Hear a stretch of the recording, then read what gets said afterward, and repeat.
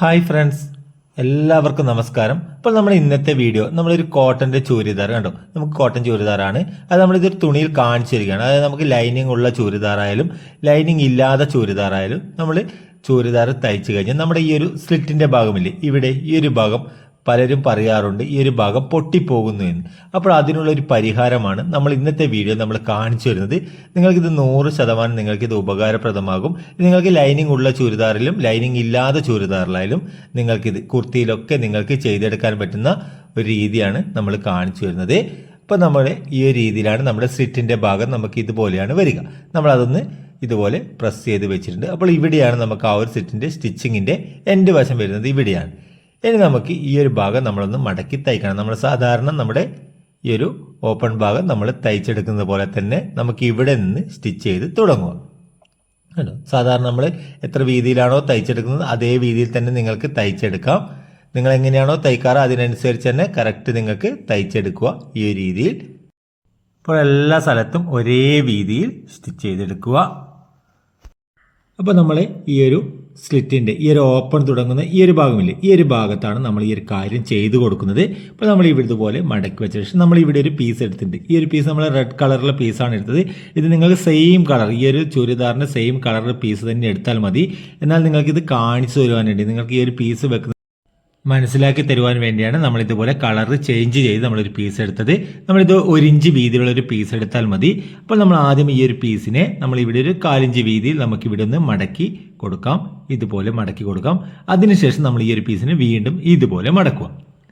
കണ്ടോ, ഈ ഒരു രീതിയിൽ മടക്കിയെടുക്കും. അപ്പോൾ നമുക്ക് പീസിനെ നമുക്ക് ഇതുപോലെ കിട്ടും.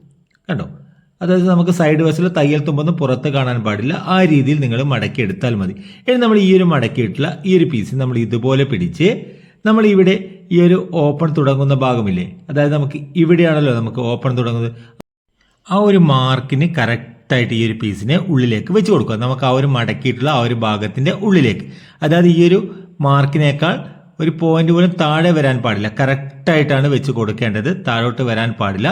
എന്നിട്ട് നമുക്ക് ഈ ഒരു പീസിനെ ഇതുപോലെ മടക്കും. കണ്ടോ, നമ്മൾ താവിൽ നിന്ന് മടക്കി വന്നിട്ടുള്ള ആ ഒരു പീസിൻ്റെ മടക്കിൻ്റെ ഉള്ളിലേക്ക് വെച്ച് കൊടുത്തതിന് ശേഷം നമ്മൾ ഇതുപോലെ ഒന്ന് മടക്കി കൊടുക്കുക.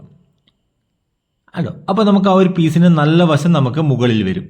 നമ്മൾ ആ ഒരു ഫോൾഡിങ് വരുന്ന ഭാഗം നമ്മൾ ഉള്ളിൽ വെച്ച് കൊടുത്തിട്ടുണ്ട്. അത് നിങ്ങൾ കറക്റ്റിൽ മനസ്സിലായിട്ടുണ്ടാകുമെന്ന് കരുതുന്നു. ഇനി നമുക്ക് ഇതുപോലെ രണ്ടാമത്തെ ഭാഗം നമുക്ക് താഴോട്ടേക്ക്, താഴെ നിന്ന് മുകളിലേക്കാണ് സ്റ്റിച്ച് ചെയ്ത് തുടങ്ങിയത്. ഇനി നമുക്ക് താഴോട്ടുള്ള ഭാഗവും നമുക്ക് ഇതുപോലെ നമ്മൾ ആദ്യത്തെ ഭാഗം ചെയ്തതുപോലെ തന്നെ സെയിം വീതിയിൽ നമുക്ക് ഇതുപോലെ മടക്കി നമുക്ക് താവ് വശത്തേക്ക് തയ്ക്കണം.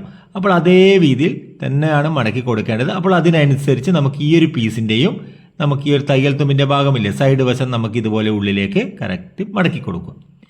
എന്നിട്ട് അതിനുശേഷം നമുക്ക് താഴോട്ടേക്ക് സ്റ്റിച്ച് ചെയ്തെടുക്കുക. നമ്മളിതൊരു പീസിൽ നിങ്ങൾക്ക് ഈ ഒരു കളർ ചേഞ്ച് ചെയ്ത് കാണിച്ചു തരുവാൻ വേണ്ടിയാണ് നമ്മളിതൊരു പീസിൽ ചെയ്ത് കാണിച്ചു വരുന്നത്. കേട്ടോ, നമ്മൾ പറഞ്ഞിട്ടുണ്ട് നിങ്ങളിത് ചുരിദാറിൽ ചെയ്യുന്ന സമയത്ത്, ചുരിദാറിലോ കുർത്തിയിലൊക്കെ ചെയ്യുന്ന സമയത്ത് നിങ്ങൾക്ക് സെയിം തുണി നിങ്ങൾ എടുത്താൽ മതി ആ ഒരു ഭാഗം സ്റ്റിച്ച് ചെയ്തെടുക്കാൻ വേണ്ടി. ഇനി നമ്മളിത് താഴോട്ടേക്ക് സ്റ്റിച്ച് ചെയ്തു. ഇനി നമുക്കിതിൻ്റെ സൈഡിൽ കൂടി നമുക്കൊരു സ്റ്റിച്ച് കൂടി കൊടുക്കണം.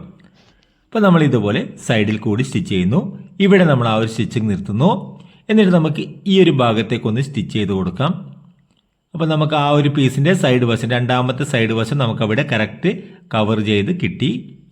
ഇവിടെ സ്റ്റിച്ച് ചെയ്ത് സെൻറ്റർ ഭാഗത്ത് നിർത്തുന്നു. എന്നിട്ട് നമുക്ക് താഴോട്ടേക്ക് സൈഡിൽ കൂടി സ്റ്റിച്ച് ചെയ്തെടുക്കാം.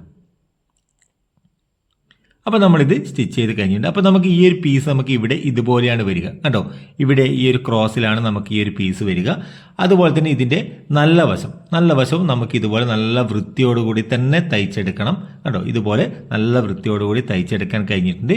അപ്പോൾ ഇതുപോലെ നിങ്ങൾ തയ്ച്ചു കഴിഞ്ഞാൽ നമുക്ക് ഇവിടെ നിന്ന് സ്ലിറ്റിൻ്റെ ഭാഗമൊന്ന് വലിഞ്ഞു പോയാലൊന്നും ഒരിക്കലും പൊട്ടിപ്പോവില്ല. നല്ല വൃത്തിയോടുകൂടി തന്നെ നിങ്ങൾക്കത് നിൽക്കും.